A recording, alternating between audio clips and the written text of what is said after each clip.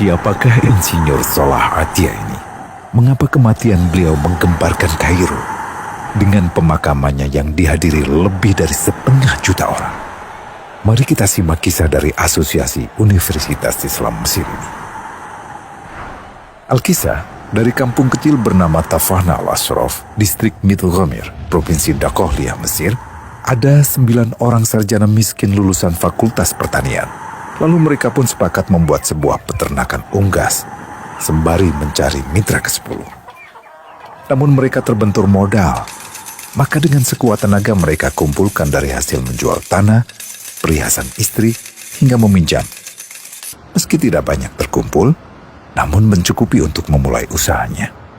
Pertanyaan tersisa, siapa mitra yang ke-10? Insinyur Salah, satu dari mereka, pun berkata, "Aku sudah menemukan mitra yang ke-10. Siapa?" kata teman-temannya. "Allah," lanjutnya. "Allah akan menjadi mitra usaha kita yang ke-10. Allah akan mendapat 10% dari keuntungan kita.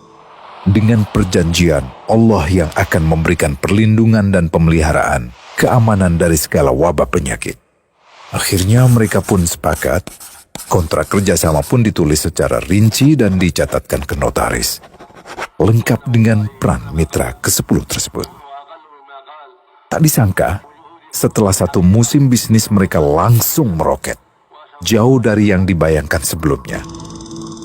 Lalu mereka pun kembali bersepakat menambah jatah keuntungan mitra ke-10 menjadi 20% di musim kedua, dan begitu seterusnya hingga mencapai 50%. Lalu bagaimana keuntungan mitra ke-10 itu dialokasikan? Dimulai dengan membangun sekolah dasar Islam putra, lalu lanjut putri, kemudian sekolah menengah putra, kemudian putri. Tambah lagi madrasah aliyah putra, lalu putri. Tapi karena keuntungan terus membanjir, akhirnya dibentuklah Baitul Mal. Dan mereka pun mengajukan ke pemerintah untuk membangun universitas di kampung. Awalnya ditolak dengan alasan tiadanya akses bagi para mahasiswa. Tak berapa lama mereka pun mengajukan pembangunan universitas lengkap dengan stasiun kereta beserta jalurnya dengan biaya mandiri. Akhirnya permintaan ini disetujui, dan pertama dalam sejarah Mesir berdirilah sebuah universitas di perkampungan kecil. Semakin berkembang, dibangun pula fakultas kedua, ketiga, keempat hingga asrama putri dengan kapasitas 600 kamar. Lalu asrama putra dengan 1.000 kamar. Tiket kereta api pun digratiskan untuk memudahkan transportasi menuju kampung tersebut. Tak cukup hanya itu, dibangun Baitul Mal berikutnya hingga hilang kemiskinan di daerah tersebut. Dan program ini diduplikasi ke kampung-kampung lain hingga bisa dikatakan tak ada kampung yang disinggahi Insinyur Salah kecuali akan dibangun Baitul Mal untuk warga. Bantuan pun diberikan untuk fakir miskin dan para janda. Pemuda pengangguran pun dilatih untuk mengelola perkebunan sayur hingga mandiri, bahkan sampai bisa mengekspor ke negara tetangga. Pada saat panen raya, seluruh penduduk dikirimi paket sayur. Di hari pertama Ramadan diadakan buka puasa bersama untuk seluruh penduduk desa. Mereka memasak dan hadir ke lapangan yang dipenuhi beraneka makanan.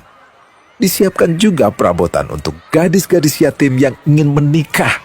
Dan ini semua merupakan sedikit dari banyaknya kebaikan yang dilakukan oleh Insinyur Salah.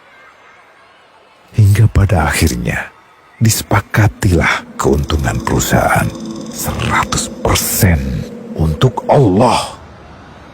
Insinyur Salah yang awalnya adalah salah satu mitra usaha berubah menjadi karyawan Allah. Dia hanya menerima gaji, namun dia memberikan Tuhannya syarat agar membuatnya hanya butuh kepadanya dan hanya meminta kepadanya.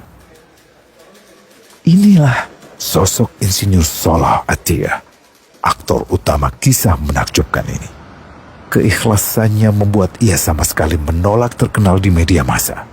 Dan kini